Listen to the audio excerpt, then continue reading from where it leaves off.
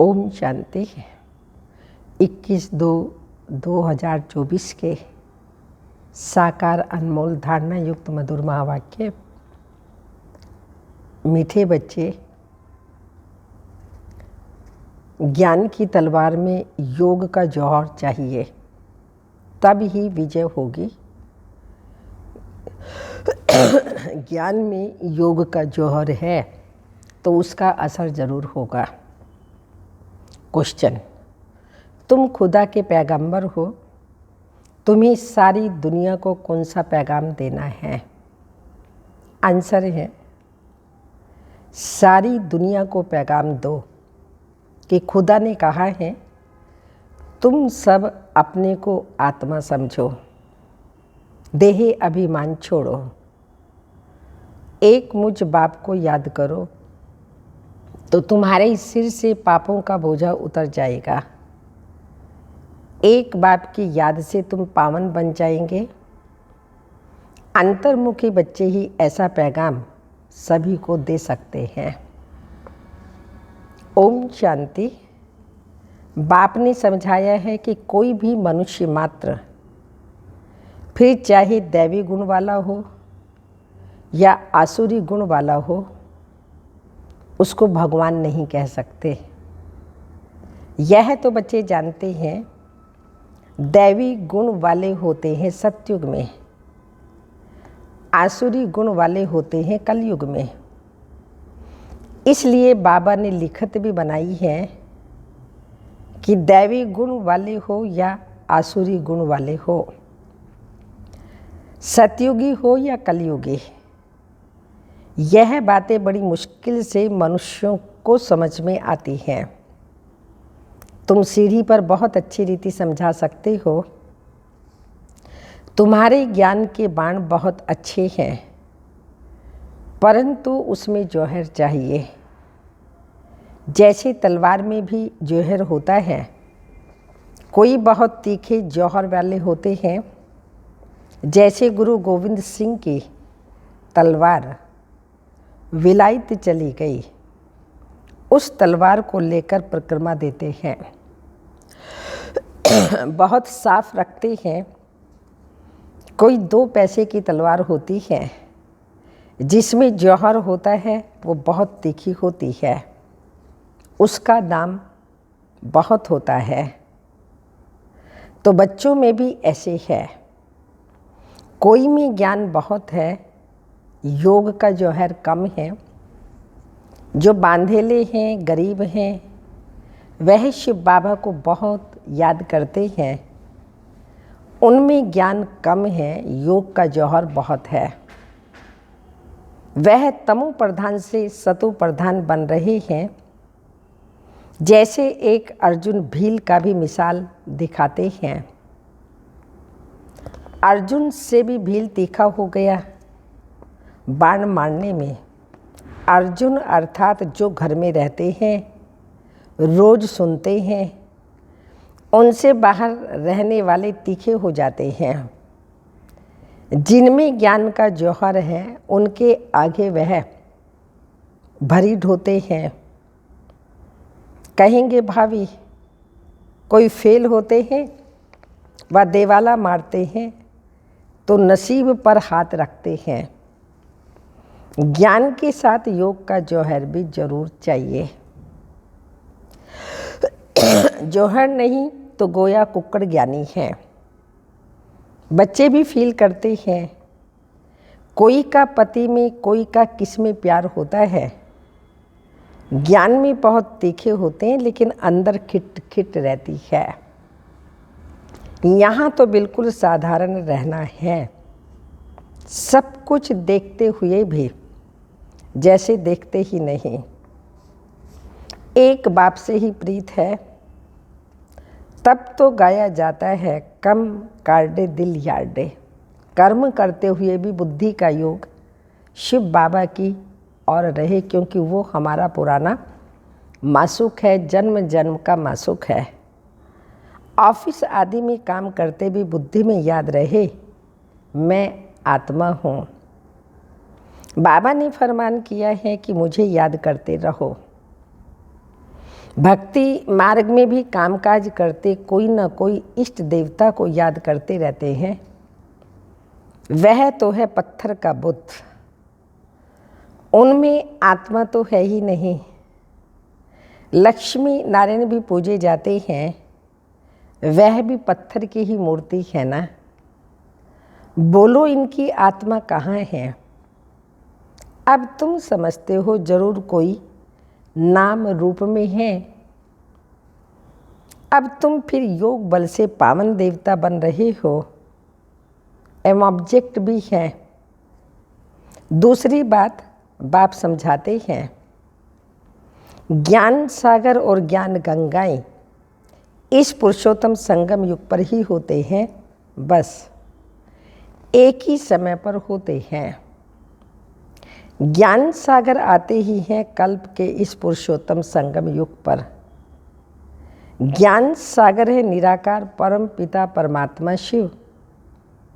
उनको शरीर जरूर चाहिए जो बात भी कर सके, बाकी पानी की तो बात ही नहीं है। यह तुमको ज्ञान मिलता है संगम युग पर, बाकी सबके पास है भक्ति। भक्ति मार्ग वाले गंगा के पानी को ही पूछते रहते हैं। पतित पावन तो एक बाप ही है, वह आते ही एक बार हैं। कल्प में एक बार शिव बाबा आते हैं जब पुरानी दुनिया बदलनी है। अब यह किसी को समझाने में बुद्धि भी चाहिए, एकांत में विचार सागर मंथन करना पड़े। क्या लिखें जो मनुष्य समझ जाए कि ज्ञान सागर परमपिता परमात्मा एक ही शिव है। वह जब आते हैं उनके बच्चे जो ब्रह्मा कुमार कुमारियाँ बनते हैं, वह ज्ञान धारण कर ज्ञान गंगाएं बनते हैं। अनेक ज्ञान गंगाएं हैं जो ज्ञान सुनाते रहते हैं। वो ही सदगति कर सकते हैं। पानी में स्नान करने से पावन नहीं बन सकते। ज्ञान होता ही है संगम पर, ये समझाने की युक्ति चाहिए और बड़ा अंतर्मुखी भी चाहिए। शरीर का भान छोड़ अपने को आत्मा समझना है। इस समय कहेंगे हम पुरुषार्थी हैं। याद करते करते जब पाप खत्म होंगे तब लड़ाई शुरू होगी, जब तक सबको पैगाम मिल जाए। पैगाम अथवा मैसेज तो शिव बाबा ही देते हैं। खुदा को पैगंबर भी कहते हैं। तुम सबको यह पैगाम पहुंचाते हो कि अपने को आत्मा समझ परम पिता परमात्मा के साथ योग लगाओ। तो बाप प्रतिज्ञा करते हैं, हाँ, वो परम पिता परमात्मा बाप प्रतिज्ञा करते हैं कि तुम्हारे जन्म जन्मांतर के पाप कट जाएंगे। यह तो बाप ब्रह्मा मुख से बैठ समझाते हैं। पानी की गंगा क्या समझाएगी। तो बेहद का बाप बेहद के बच्चों को समझाते हैं, तुम सतयुग में कितने सुखी संपत्तिवान थे, अभी दुखी कंगाल बन पड़े हो। यह बेहद की बात है। बाकी यह चित्र आदि सब भक्ति मार्ग के हैं। यह भक्ति मार्ग की सामग्री भी बननी है। शास्त्र पढ़ना, पूजा करना, यह भक्ति है ना। मैं थोड़ी शास्त्र आदि पढ़ाता हूँ। मैं तो तुम पतितों को पावन बनाने के लिए ज्ञान सुनाता हूँ कि अपने को आत्मा समझो। अभी आत्मा और शरीर दोनों ही पतित हैं। अब बाप को याद करो तो तुम देवता बन जाएंगे। देह के सर्व पुराने संबंधियों से ममत्व मिट जाए। गाते भी है ना, आप आएंगे तो हम और कोई को नहीं सुनेंगे। एक आपसे ही सब संबंध जोड़ेंगे और सब देहधारियों को भूल जाएंगे।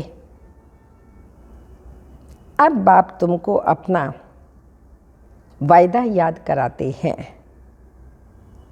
बाप कहते हैं, मेरे साथ योग लगाने से ही तुम्हारे विकर्म विनाश होंगे। तुम नई दुनिया के मालिक बन जाएंगे। यह है एम ऑब्जेक्ट। राजाओं के साथ प्रजा भी जरूर बननी है। राजाओं को दास दासियां भी तो चाहिए ना। बाप सब बातें समझाते रहते हैं। अच्छी तरह योग में नहीं रहेंगे, दैवी गुण धारण नहीं करेंगे तो ऊंच पद कैसे पाएंगे। घर में कोई ना कोई बात पर झगड़ा कलह होती है ना, तो बाप लिख देते हैं, तुम्हारे घर में कलह है इसलिए ज्ञान ठहरता नहीं। बाबा पूछते हैं, स्त्री पुरुष दोनों ठीक चलते हैं? जलन बड़ी अच्छी चाहिए, क्रोध का अंश भी न रहे। अब तो दुनिया में कितना हंगामा और अशांति है। तुम्हारे में बहुत ज्ञान योग में तीखे हो जाएंगे तो और भी बहुत याद करने लग पड़ेंगे। तुम्हारी प्रैक्टिस भी अच्छी हो जाएगी और बुद्धि भी विशाल हो जाएगी। बाबा को छोटे चित्र इतने पसंद नहीं आते, सब बड़े बड़े चित्र हों। बाहर मुख्य स्थानों पर रखो, जैसे नाटक के बड़े बड़े चित्र रखते हैं ना। अच्छे अच्छे चित्र बनाओ जो बिल्कुल खराब ना हो। सीढ़ी भी बहुत बड़ी बड़ी बनाकर ऐसी जगह रखो जो सबकी नज़र पड़े। सीट पर ही रंग आदि ऐसा मजबूत हो जो पानी व धूप में खराब ना हो। मुख्य स्थानों पर रख दो। या कहाँ एग्जीबिशन होती है तो मुख्य बड़े 2-3 चित्र हों, काफ़ी हैं। ये गोला भी वास्तव में दीवार जितना बनना चाहिए। भल 8-10 आदमी उठा कर के रखें, कोई भी दूर से देखे तो एकदम क्लियर मालूम पड़ जाए। सतयुग में तो और सब इतनी सब धर्म होते नहीं, वह तो आते ही बाद में हैं। पहले तो स्वर्ग में बहुत थोड़े मनुष्य होते हैं। अब स्वर्ग है या नरक, तुम इस पर बहुत अच्छी तरह समझा सकते हो। जो भी आए उनको समझाते रहो। बड़े बड़े चित्र हों, कैसे पांडव के बड़े बड़े बुत बनाते हैं ना, तुम भी पांडव हो ना। शिव बाबा तो संगम पर पढ़ाते हैं। वह श्री कृष्ण है सतयुग का फर्स्ट प्रिंस। तुम समझाते समझाते अपनी राजाई स्थापन कर लेते हो। कोई पहले पढ़ते पढ़ते फिर छोड़ भी देते हैं। स्कूल में भी कोई नहीं पढ़ सकते तो पढ़ाई छोड़ देते हैं।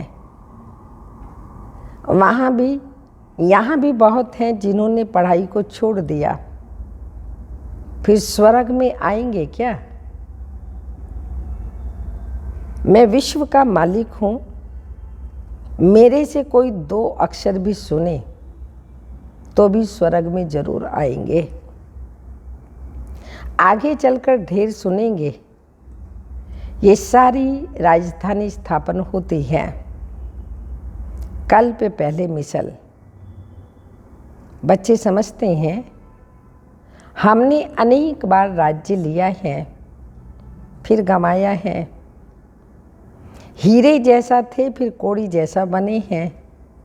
भारत हीरे मिसल था, अभी फिर क्या हुआ? भारत तो वो ही होगा ना। इस संगम को पुरुषोत्तम युग कहा जाता है। उत्तम ते उत्तम पुरुष भी हैं, बाकी सब हैं कनिष्ठ। जो पूज्य थे वही फिर पुजारी बने हैं। 84 जन्म लेते हैं।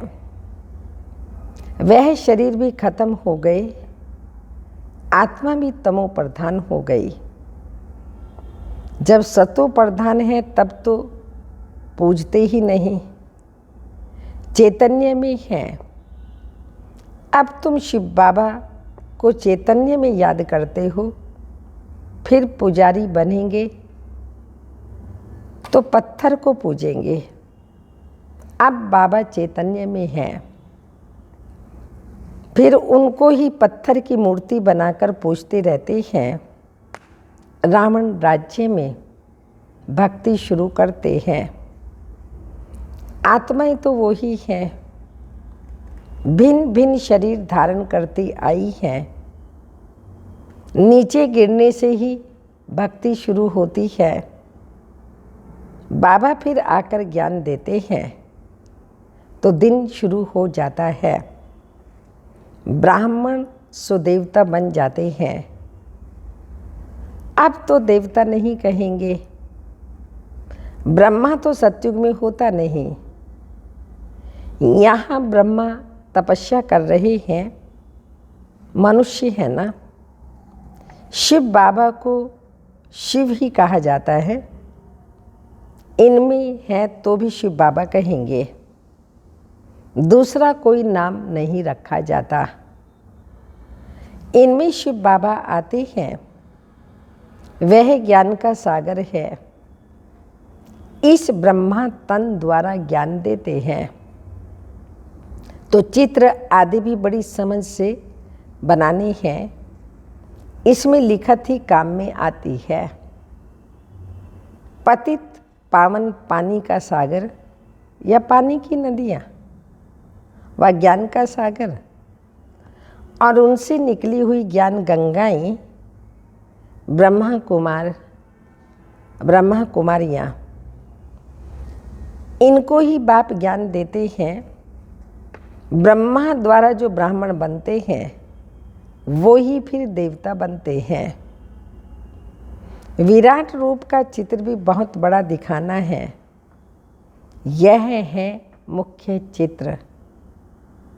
तो बाबा समझाते हैं, मीठे बच्चे, तुम्हें अपनी सिविल बुद्धि बनानी है।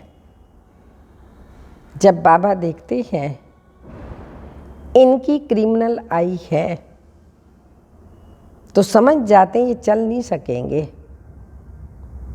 तुम्हारी आत्मा अब त्रिकालदर्शी बनती है, यह कोई बिरला ही समझते हैं। बहुत बुद्धू हैं, बाप को फारकती दे देते हैं। यह तो बच्चे समझते हैं कि राजधानी स्थापन हो रही है, उसमें सब चाहिए। पिछाड़ी में सब साक्षात्कार होंगे। फर्स्ट क्लास दास दासियाँ भी बनेंगी। फर्स्ट क्लास दास दासी कृष्ण की पालना करेंगी। बर्तन साफ करने वाली, खाना खिलाने वाली, सफाई करने वाली सब होंगी। यहाँ से ही निकलेंगी। फर्स्ट नंबर वाली जरूर अच्छा पद पाएंगी। वह भाषणा आती है, बाबा को बच्चों से भाषणा आती है। ये बहुत अच्छी मुरली चलाते हैं, परंतु योग कम है। कोई स्त्री पुरुष से भी तीखी हो जाती है। एक ज्ञान में है, कहते हैं बाबा दूसरा पहिया ठीक नहीं है। एक दो को सावधान करना है, प्रवृत्ति मार्ग है ना। जोड़ी एक जैसी जरूर चाहिए। आप समान बनाना है, पिछाड़ी में तुम दुनिया को ही भूल जाएंगे। समझते हो ना कि हम हंस है, यह बगुला है। किसमें कोई अवगुण, किसमें कोई चटाभेड़ी भी चलती है। मेहनत बहुत है भी बहुत सहज। सेकंड में जीवन मुक्ति, बिगर कोड़ी खर्च ऊंच से ऊंच पद पा सकते हैं। गरीब जो हुए हैं वो अच्छी सर्विस करते रहते हैं। यह तो पता है ना कौन कौन खाली हाथ आए। बहुत कुछ ले आने वाले आज है नहीं, और गरीब बहुत ऊंच मर्तबा पा रहे हैं। अच्छा, मीठे मीठे सिक्की लदे बच्चों प्रति माता पिता बाप दादा का याद प्यार। Good morning, diamond morning. रूहानी बाप की रूहानी बच्चों को नमस्ते। हम रूहानी बच्चों के रूहानी माता पिता बाप दादा को याद प्यार। गुड मॉर्निंग, डायमंड मॉर्निंग, ओम नमस्ते। धारणा के लिए मुख्य सार है, ज्ञान तलवार में याद का जौहर भरने के लिए कर्म करते अंतर्मुखी बन अभ्यास करना है कि मैं आत्मा हूँ। मुझे आत्मा को बाप का फरमान है कि निरंतर मुझे याद करो। एक बाप से सच्ची प्रीत रखो। देह और देह के संबंधियों से ममत्व निकाल दो। दूसरी पॉइंट, प्रवृत्ति में रहते एक दो को सावधान कर हंस बन ऊंच पद पाना है। क्रोध का अंश भी निकाल देना है। अपनी सिविल बुद्धि बनानी है। वरदान, साक्षी हो कर्म इंद्रियों से कर्म कराने वाले, कर्तापन के भान से मुक्त अशरीरी भव। स्पष्टीकरण, जब चाहो शरीर में आओ और जब चाहो अशरीरी बन जाओ। कोई कर्म करना है तो कर्म इंद्रियों का आधार लो, लेकिन आधार लेने वाली मैं आत्मा हूँ यह नहीं भूले। करने वाली नहीं हूँ, कराने वाली हूँ। जैसे दूसरों से काम कराते हो तो उस समय अपने को अलग समझते हो, वैसे साक्षी हो कर्म इंद्रियों से कर्म कराओ तो कर्तापन के भान से मुक्त अशरीरी बन जाएंगे। कर्म में बीच बीच में 1-2 मिनट भी अशरीरी होने का अभ्यास करो तो लास्ट समय में बहुत मदद मिलेगी। स्लोगन, विश्व राजन बनना है तो विश्व को साकाश देने वाले बनो। विश्व राजन बनना है तो विश्व को साकाश देने वाले बनो।